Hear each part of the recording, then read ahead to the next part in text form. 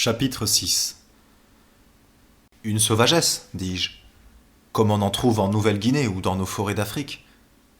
J'avais parlé sans aucune conviction.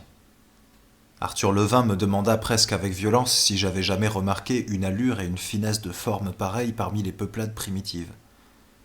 Il avait 100 fois raison et je ne sus que répondre. Le professeur Antel, qui paraissait méditer profondément, nous avait cependant écoutés. Les peuples les plus primitifs de chez nous ont un langage, finit-il par dire.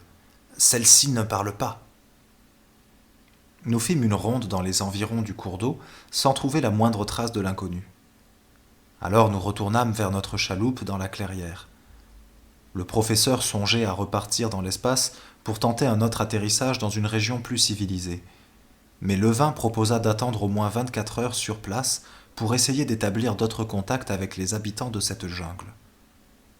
Je soutins cette suggestion qui, finalement, prévalut. Nous n'osions nous avouer que l'espoir de revoir l'inconnu nous tenait attachés à ces lieux. La fin de la journée se passa sans incident, mais vers le soir, après avoir admiré le fantastique coucher de Bételgeuse, dilaté à l'horizon au-delà de toute imagination humaine, nous eûmes l'impression d'un changement autour de nous. La jungle s'animait de craquements et de frémissements furtifs, et nous nous sentions épiés à travers le feuillage par des yeux invisibles. Nous passâmes cependant une nuit sans alerte, barricadés dans notre chaloupe, faisant le guet à tour de rôle. Au petit jour, la même sensation nous assaillit encore, et il me sembla entendre de petits bruits aigus comme ceux que Nova proférait la veille. Mais aucune des créatures dont notre esprit enfiévré peuplait la forêt ne se montra. Nous décidâmes alors de retourner à la cascade, et tout le long du trajet, nous fûmes obsédés par cette impression énervante d'être suivis et observés par des êtres qui n'osaient pas se montrer. Pourtant, Nova, la veille, était venue nous rejoindre. Ce sont peut-être nos vêtements qui les effraient, dit soudain Arthur Levin.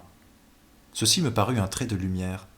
Je me rappelai distinctement que Nova, lorsqu'elle s'enfuyait après avoir étranglé notre singe, s'était trouvée devant le tas de nos habits. Elle avait fait alors un écart brusque pour les éviter comme un cheval ombrageux. Nous verrons bien. Et plongeant dans le lac, après nous être dévêtus, nous recommençâmes à jouer comme la veille, indifférents en apparence à tout ce qui nous entourait.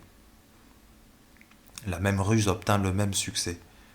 Au bout de quelques minutes, nous aperçûmes la fille sur la plateforme rocheuse sans l'avoir entendue venir. Elle n'était pas seule. Un homme se tenait auprès d'elle, un homme bâti comme nous, semblable aux hommes de la terre, entièrement nu lui aussi, d'âge mûr, et dont certains traits rappelaient ceux de notre déesse, si bien que j'imaginai qu'il était son père. Il nous regardait comme elle le faisait, dans une attitude de perplexité et d'émoi. Et il y en avait beaucoup d'autres. Nous les découvrîmes peu à peu, tandis que nous nous efforcions de conserver notre feinte indifférence. Ils sortaient furtivement de la forêt et formaient graduellement un cercle continu autour du lac. C'étaient tous de solides, de beaux échantillons d'humanité, hommes, femmes, à la peau dorée, s'agitant maintenant, paraissant en proie à une grande surexcitation et émettant parfois de petits cris. Nous étions cernés, et assez inquiets en nous rappelant l'incident du chimpanzé. Mais leur attitude n'était pas menaçante. Ils semblaient seulement intéressés, eux aussi, par nos évolutions. C'était bien cela. Bientôt, Nova que je considérais déjà comme une vieille connaissance, se laissa glisser dans l'eau, et les autres l'imitèrent peu à peu avec plus ou moins d'hésitation.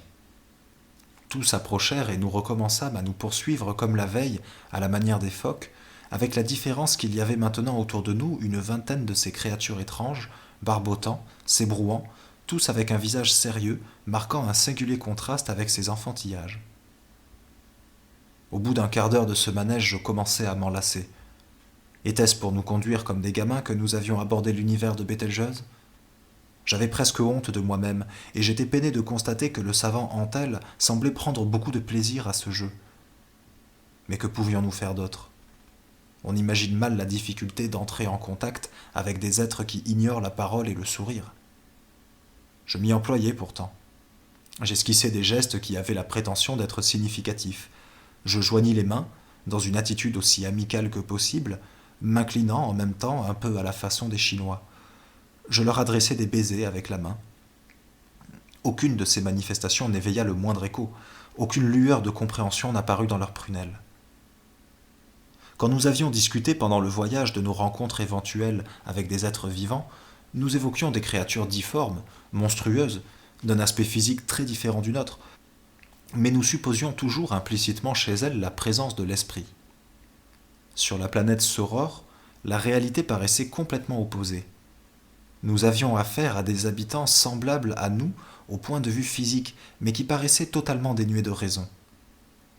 C'était bien cela la signification de ce regard qui m'avait troublé chez Nova et que je retrouvais chez tous les autres. Le manque de réflexion consciente, l'absence d'âme. Ils ne s'intéressaient qu'au jeu. Encore fallait-il que ce jeu fût bien stupide. Ayant eu l'idée d'y introduire un semblant de cohérence, tout en restant à leur portée, nous nous prîmes tous trois par la main, et dans l'eau jusqu'à la ceinture, nous esquissâmes une ronde, élevant et abaissant les bras en cadence, comme auraient fait de très jeunes enfants. Ceci ne parut les toucher d'aucune manière. La plupart s'écartèrent de nous, certains se mirent à nous contempler avec une absence de compréhension si évidente que nous restâmes nous-mêmes interloqués. Et ce fut l'intensité de notre désarroi qui provoqua le drame. Nous étions si décontenancés de nous découvrir ainsi, trois hommes rassis dont l'un était une célébrité mondiale, nous tenant par la main en train de danser une ronde enfantine sous l'œil narquois de Bételgeuse, que nous ne pûmes garder notre sérieux. Nous avions subi une telle contrainte depuis un quart d'heure qu'une détente nous était nécessaire. Nous fûmes secoués par un éclat de rire insensé qui nous tordit en deux pendant plusieurs secondes sans que nous puissions le maîtriser. Alors, cette explosion d'hilarité éveilla enfin un écho chez ces hommes, mais certes pas celui que nous souhaitions. Une sorte de tempête agita le lac. Ils se mirent à fuir dans toutes les directions, dans un état d'affolement qui nous eût paru risible en d'autres circonstances.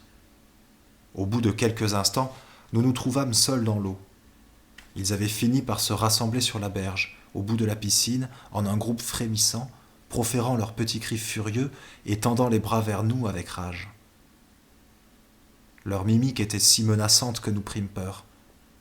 Le vin et moi, nous nous rapprochâmes de nos armes, mais le sage Antel nous enjoignit à voix basse de ne pas nous en servir et même de ne pas les brandir tant qu'ils n'approcheraient pas. Nous nous rhabillâmes à la hâte sans cesser de les surveiller.